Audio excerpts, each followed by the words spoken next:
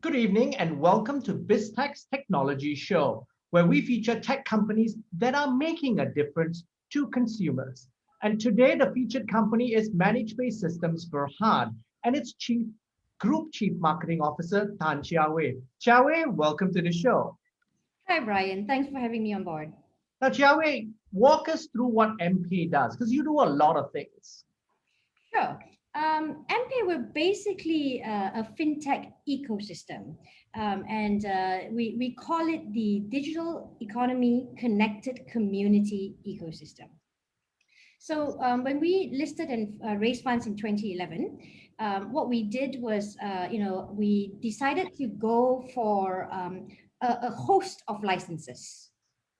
We carry an e-wallet license. We carry the MasterCard prepaid issuance license. We carry e-payment and merchant aggregation license, peer-to-peer remittance license from Bank Negara. We carry from the SC the debt marketplace peer-to-peer financing license.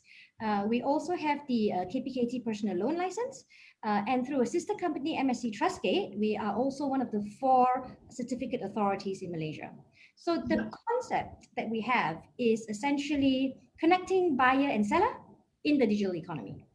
Okay, so you are really early in the payment space. You've got all these licenses, 2011. So you were fintech before there was even the term fintech. Now, how have you executed in this last 10 years?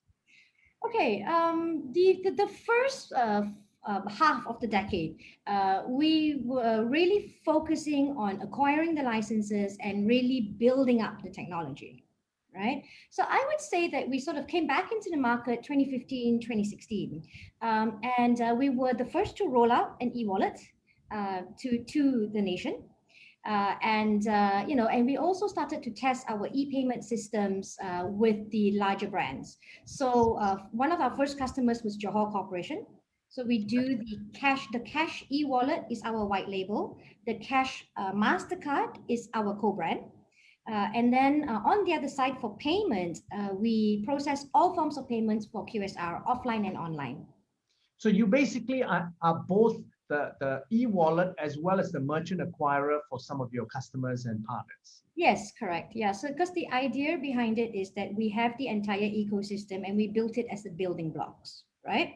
So it's either you're an SME and you need a particular digitalization need, then we offer you a particular solution. Or you're a larger corporation and you are looking for what we like to call business process re-engineering. So we go in and we work very closely with you, and we actually try and do an entire ecosystem using all these building blocks. Now, there's a plethora of e-wallets and payment solutions across Malaysia. What makes you special? Why are you different? Because I think in e-wallets alone, there's almost 40 players or 40 plus players now. 40 plus players, yeah.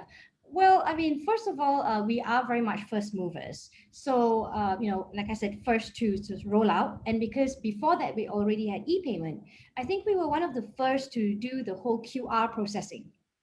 For example, some of the larger boys today, we were their first acquirers. And some of them actually tested their payment on our ecosystem. Okay. Right? So that's one of the differences. And the other difference is a lot of fintech companies here in Malaysia, what they do is they start with one, right? So I do e-wallet or I do e-payment, and they go, deep into that, and then they start to expand out, right? For us, from the get-go, we wanted an ecosystem. So that's why the way we approach it is different. And even as an e-wallet player, our approach is different. The rest of them are more towards, say, a lifestyle e-wallet, right? So you're a user, you use it, you're a lifestyle. For us, we go into the B2B game a lot. We would very much like to go in and power local governments to have their own e-wallets.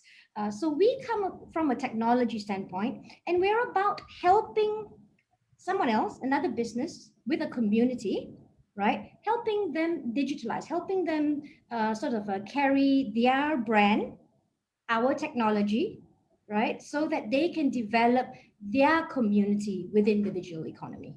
So Now, our approach is sorry, different. go ahead. Yeah, go Yeah. ahead.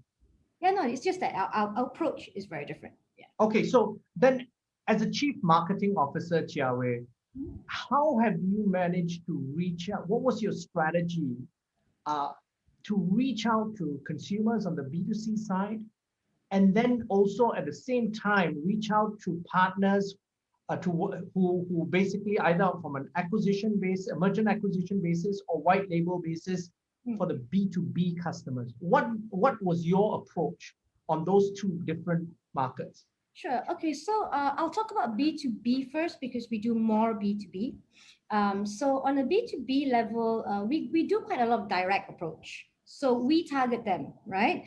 Where we see that we can add value to their business, Okay. right? So Johor Corporation was one of those examples. Yeah. Initially, when we wanted to do it, the idea for us was to power Johor State. Right. Uh, But um, Johor Corporation itself is very large. They have diverse businesses, everything from healthcare to hospitals. So obviously, yeah, I see why you all targeted them as an initial customer. Yeah, that's right. So today, Johor Corporation with the wallet and the Mastercard, they use us in two ways, or their utilization is in two ways. The first is they've gone, or they're slowly going more and more cashless in salary disbursement. In their plantations, for example. So their plantations use us, our technology, to do salary disbursement direct to the co-brand Mastercard or the e-wallet, Okay. right? They also use it as per DM card, in the offices as well. And then on the other side, of course, because they have their QSR brands, Yeah. KFC, Pizza Hut, Ayamas. So the card will then also be like a reward program and all that kind of stuff for their customer base. Okay. Yeah.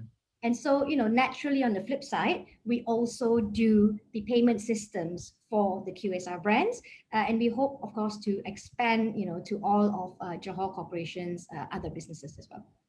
Now, I've got to ask you about the pandemic because that's had a big effect and an impact on electronic payment adoption. How did it impact you as a business? Well, as a business, I mean, most definitely cashless payment processing, we saw a huge increase in the What use sort of of quantum? card and e-wallet. I would say, a double or more. Okay. And we also saw more online ordering because, like, say, for example, KFC, we do both the offline and the online.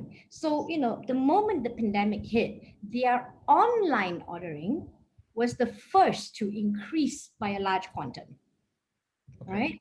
So, we understood that most definitely consumers, really started to do a lot more online shopping, online sort of a connection to the merchant base.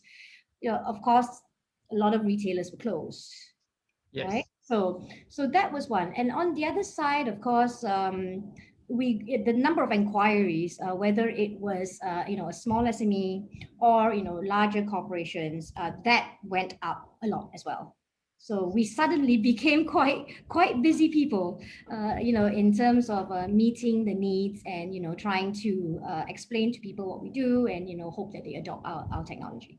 I think one of the things that we were also very fortunate is the following. I think 24 months or so before this, the government started to encourage firms to go online. They gave out a plethora of licenses for the 40 odd e-wallets. And at that time, a lot of people were in the industry were saying, is Bank Negara crazy? Why are they giving out so many licenses? But if you actually think about it, it was a pretty smart strategy because one day the role of a government is a facilitator of adoption. When you have so many players, the market gets adopted, the adoption increases rapidly. If you just comparatively, if you just gave out 3 or 4 licenses. The second thing is, of course, because you had so many players, and then you had the pandemic, everybody could retool very quickly. So this is where, as an economy, maybe that was fortuitous that all of us we were ready. We all had Yeah. e-wallet accounts. Yeah, I completely agree with that. And of course, the government had also done more in terms of pushing out grants there was the 30 ringgit That's for right. users. So that encouraged a lot of, adoption. So that was really good. So by the time pandemic, there were loads more people with e-wallet accounts. And also with the SMEs as well. I mean, the government has always been very active in getting the SMEs to adopt digitalization, whether it is having a presence online or adopting more cashless type tools for retail. They've always been quite good at adoption facilitation. We work. We're recognized, well recognized by MDEC, SME Corp, Martrade, and all these guys, and we think the government is doing a great job. Now, Chia Wei, tell us about your interesting e-commerce platform business, Mm. Buy Malaysia, of Yeah. which you are the CEO. Yes, I am also the CEO of ManagePay by Malaysia, Senior and Berhad. And that's the e-commerce arm of our ecosystem. When did you all start that? I would call this round 2.0. Okay. Actually, I think it was 2010, 2011. We built the Malaysia Digital Enterprise Exchange, MDEX, and Buy Malaysia. Again, it was a government call during that time, to try and encourage SMEs to have an online presence. So we did it then, and at that time actually we were very successful. Of course, there was very much less competition in the market, in the e-commerce market then.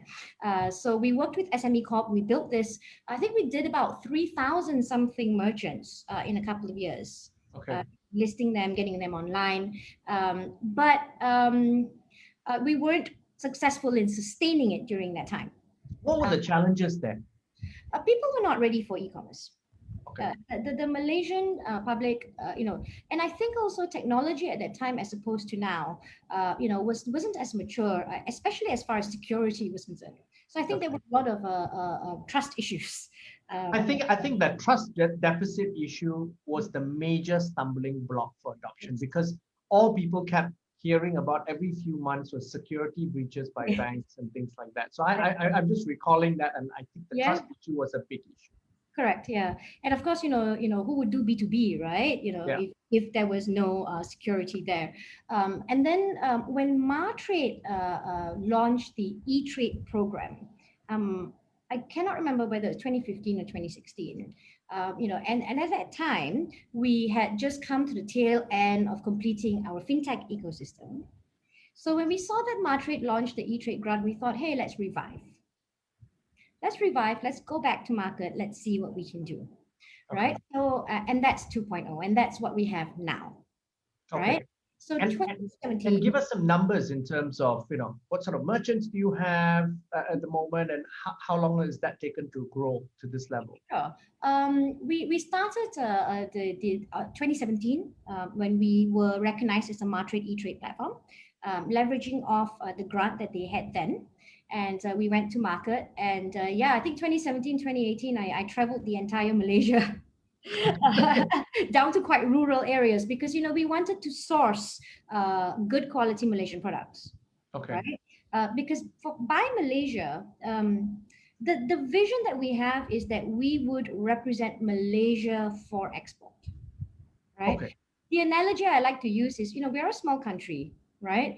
And the analogy I like to use is one SME out there trying to, go into the Amazon, the Alibaba, the eBays. You are an anchovy, you're an ikan bilis in the ocean. Yes. So the analogy I like to use is better to be a school of ikan bilis, that's Buy Malaysia, than to be just one ikan bilis. Yeah. Makes sense. Absolutely. Yeah, so that's how we approach it. And so when we started, so by tail end of 2018, we had close to 300 merchants.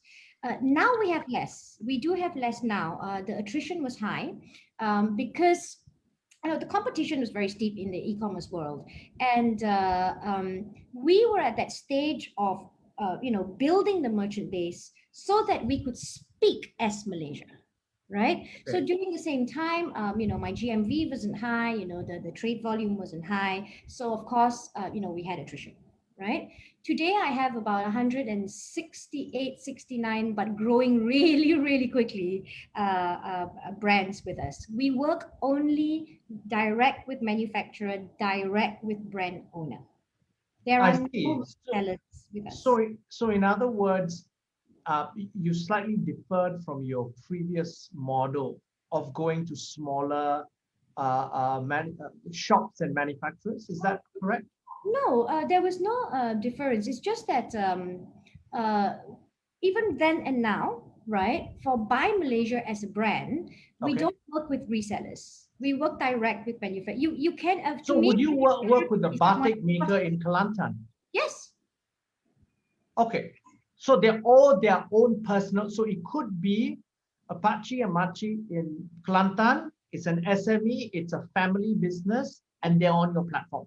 yes, we have many of them with us. Okay. We do. And then, of course, we do have the brands as well. We have Tanah Merah with us, Claire Organics with us. We have several of the larger of these larger brands with us. But in general, most of them are the small, in the micro and small band of the SMEs.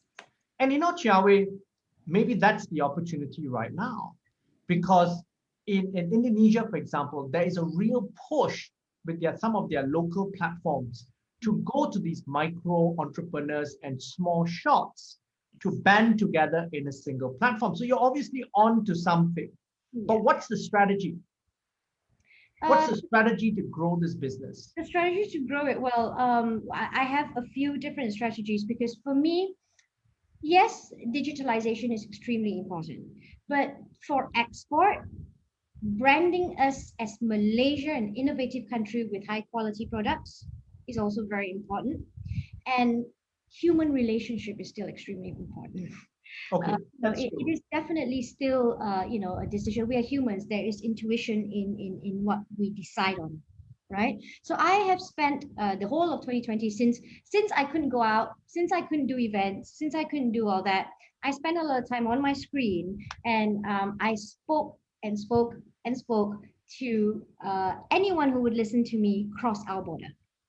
Okay, so what sort of gross merchandise value are you doing in terms of the Buy Malaysia platform?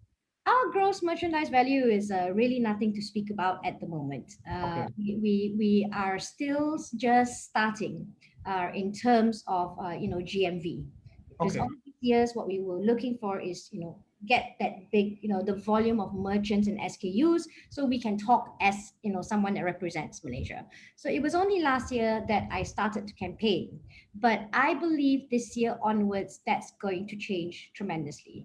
Now, Uh, what sort of support are you getting from the likes of Martrade or MITI or so forth? Because this is something that they've obviously championed. Yes, we get a lot of support from Martrade. We work closely with them. We're still, a recognized e-trade platform. They just launched Martrade e-trade grant 2.0 was yesterday, Okay, right? And huge turnout. Good job to Martrade. Like over 300 SMEs turned out to the launch. So we're going to roll out again 1st of March, right? So we're still part of that. We're still, able to utilize the grants, from Martrade. okay. Yeah, so our relationship is more with Martrade than MITI per se so far. But with the traction I'm getting from various different buyers across the world, I think it's time for me to go say hi to the guys at MITI. Yeah.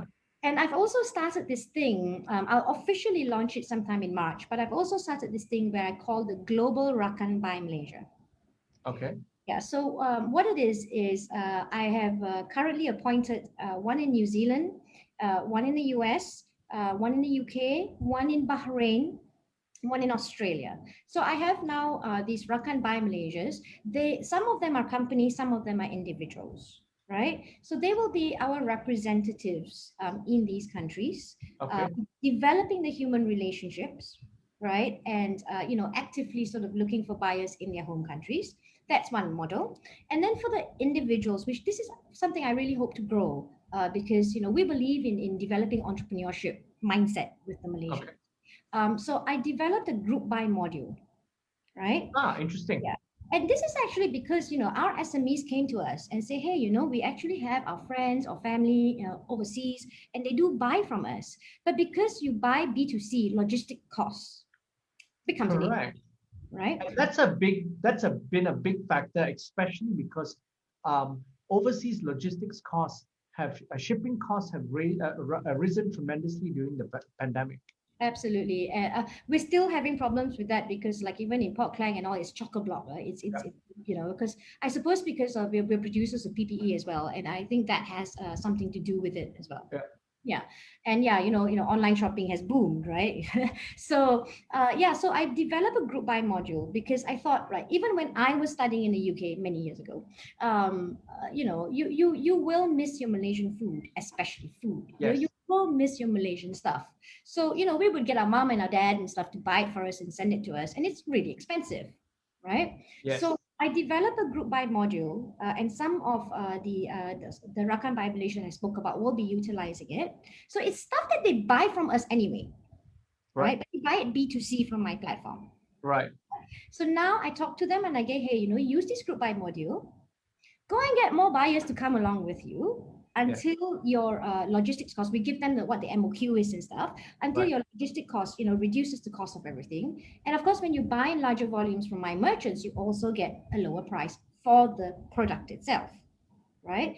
Then we send it to a central location to the Rakan by Malaysia, and they will do their local distribution, right? Interesting. So I do hope that because we do have a lot of Malaysians overseas, students, people who have naturalized in other countries, Yeah. right?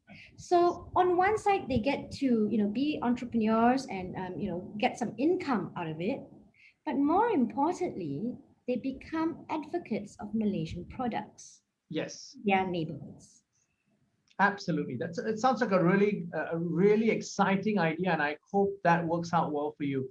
But coming back to MK and the group itself, um, what's on the calendar for 2021 in terms of expansion? 2021 is it's an exciting year for us. Fingers crossed. With luck and all that as well. We have already announced in the market that we plan to vie for the digital bank license. Okay. And the submission is in June, so we will, heads down, working really hard, to complete our proposal to Bank Negara. And since our Prime Minister has now launched the My Digital Blueprint, we actually would like to also try and work with either local governments or central government, or perhaps even Bank Negara, to work on digital ID, Okay. repository centralized digital ID.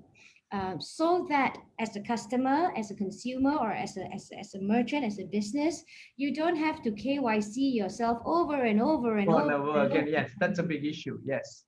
Then we can, then in our minds, then we can come close to what, say, a country like Estonia has today. Then we can do a lot more GovTech, Yes. right? Because we all know that that's one of the fundamentals, that whole KYC. So these are the two big things that we are sort of working on as MPay. Yeah, and to that end, we are still also looking for strategic partners to come on board with us, so that we have both the funds and the additional know-how from the strategic partners to add value to what we have, to get to become that digital bank. Chia Wei, it's fascinating to hear all the customer journeys and product journeys that you've had since 2011. So it's a 10-year journey. So as I said, fintech before fintech, and we wish you all the best in your quest to get a digital banking license. Thank you very much. Now, we've been speaking to Chia Wei. She is the ManagePay Systems Berhad Group Chief Marketing Officer on BizTech's Technology Show. I'm Brian Fernandez. Check out www.biztech.asia for business and technology conversation.